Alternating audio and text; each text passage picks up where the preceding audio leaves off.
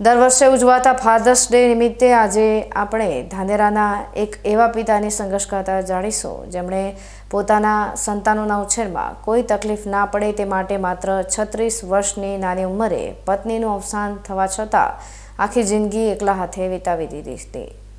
પિતૃત્વ એ દરેક સુખી પરિવારનો મજબૂત પાયો છે અને પિતાના ત્યાગ, પ્રેમ તેમજ માર્ગદર્શનનું સન્માન કરવા માટે દર વર્ષે ફાધર્સ ડેની ઉજવણી કરવામાં આવે છે। ત્યારે ધાનેરાના જાણીતા પૂર્વ શિક્ષક વિષ્ણુભાઈ ત્રિવેદીની જીવનની વાર્તા આજે દરેક પિતા માટે પ્રેરણારૂપ સાબિત થઈ રહી છે। 15 મે 1953ના રોજ જન્મેલા અને હાલ 73 વર્ષની ઉંમર ધરાવતા વિષ્ણુભાઈ ત્રિવેદીને આજે પણ લોકો ખૂબ જ આદરપૂર્વક ગુરુજી કહીને બોલાવે છે, કારણ કે તેમણે વર્ષો સુધી શિક્ષણ જગતમાં પોતાની ઉત્કૃષ્ટ સેવાઓ આપી છે।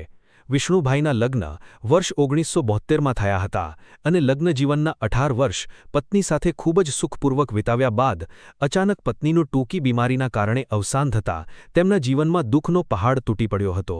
પત્નીના અવસાન સમયે વિષ્ણુભાઈની ઉંમર માત્ર 36 વર્ષની હતી અને ઘરમાં 3 પુત્રો અને 1 પુત્રી એમ 4 નાના બાળકો હતા, જેમાં સૌથી નાનો દીકરો તો હજુ માત્ર 8 વર્ષનો જ હતો। આટલી નાની ઉંમર હોવા છતાં વિષ્ણુભાઈએ પોતાના તમામ વ્યક્તિગત સપનાઓ અને સુખ સુવિધાઓનો ત્યાગ કરીને બીજા લગ્ન ન કરવાનો એક ઐતિહાસિક અને મક્કમ નિર્ણય લીધો હતો। તેમના મનમાં સતત એક જ ચિંતા સતાવતી હતી કે જો તેઓ બીજા લગ્ન કરશે તો આવનારી નવી પત્ની તેમના માસૂમ બાળકોને સગી માતા જેવો પ્રેમ આપી શકશે કે કેમ, અને બાળકોનો ઉછેર બગડી જશે।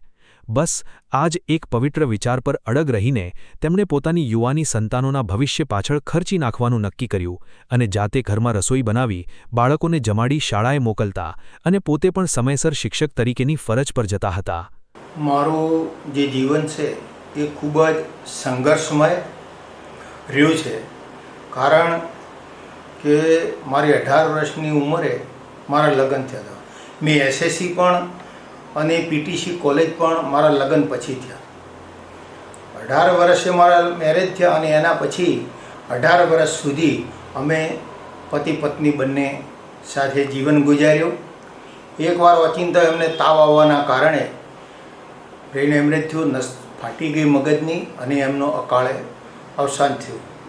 હવે એ વખતે મારા 4 સંતાનો હતા।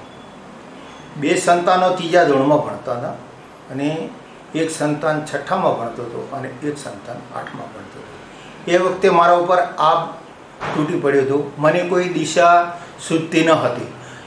આ ગમમાં મેં 1 મહિનોનો સમય પસાર કર્યો, પણ પછી મેં બેસીને ચિંતન કર્યું કે ભાઈ હું આ રીતે જો ચિંતામાં રહીશ તો મારા જે આ બાળકોનું ભવિષ્યનું શું થશે।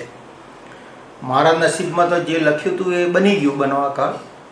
એટલે મેં નક્કી કર્યું કે ભાઈ આપણા નસીબમાં સુખ નથી, પણ જે કંઈ આ દુઃખ આવી પડ્યું છે એ દુઃખનો ભોગ મારા સંતાનો ન બને।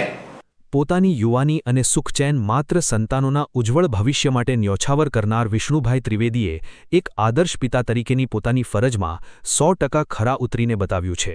પિતા તરીકે તેમણે તમામ બાળકોને ઉચ્ચ સંસ્કારો અને શ્રેષ્ઠ શિક્ષણ આપવાની સાથે સાથે રહેવા માટે સુંદર મકાન અને તમામ સુવિધાઓ પણ પોતાના કષ્ટો વેઠીને ઊભી કરી આપી છે।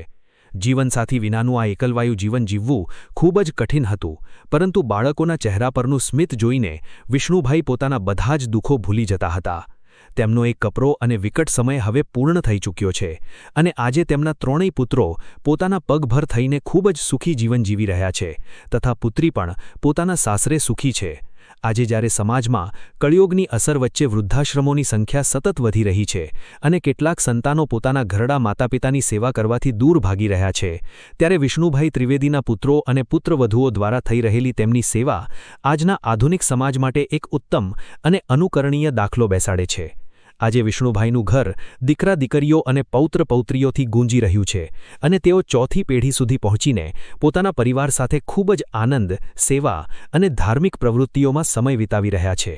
જો દરેક સંતાન પોતાના માતાપિતાના ભૂતકાળના આવા સંઘર્ષોને યાદ રાખે તો દેશનું દરેક ઘર એક પવિત્ર મંદિર બની જાય।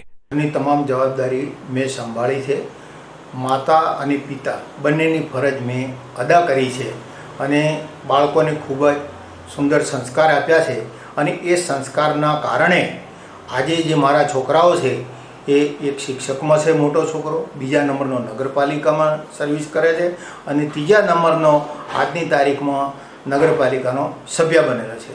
મારો પોતરો પણ સરકારી નોકરીમાં લાગેલો છે. એટલે મને જીવનમાં જે કોઈ તકલીફ પડી હતી એનો મને આજે જરાય અફસોસ રહ્યો નથી કે ભાઈ મેં જે દુઃખ વેઠી અને મારા સંતાન બાળકોને જે સંસ્કાર આપ્યા છે અને જેના કારણે આજે અમારું જે જીવન છે એ ખૂબ જ સુખીથી ચાલી રહ્યું છે અને મારા બધા સંતાનોને જ્યારે હું જોઉં છું ત્યારે મને ખૂબ જ આનંદ આવે છે.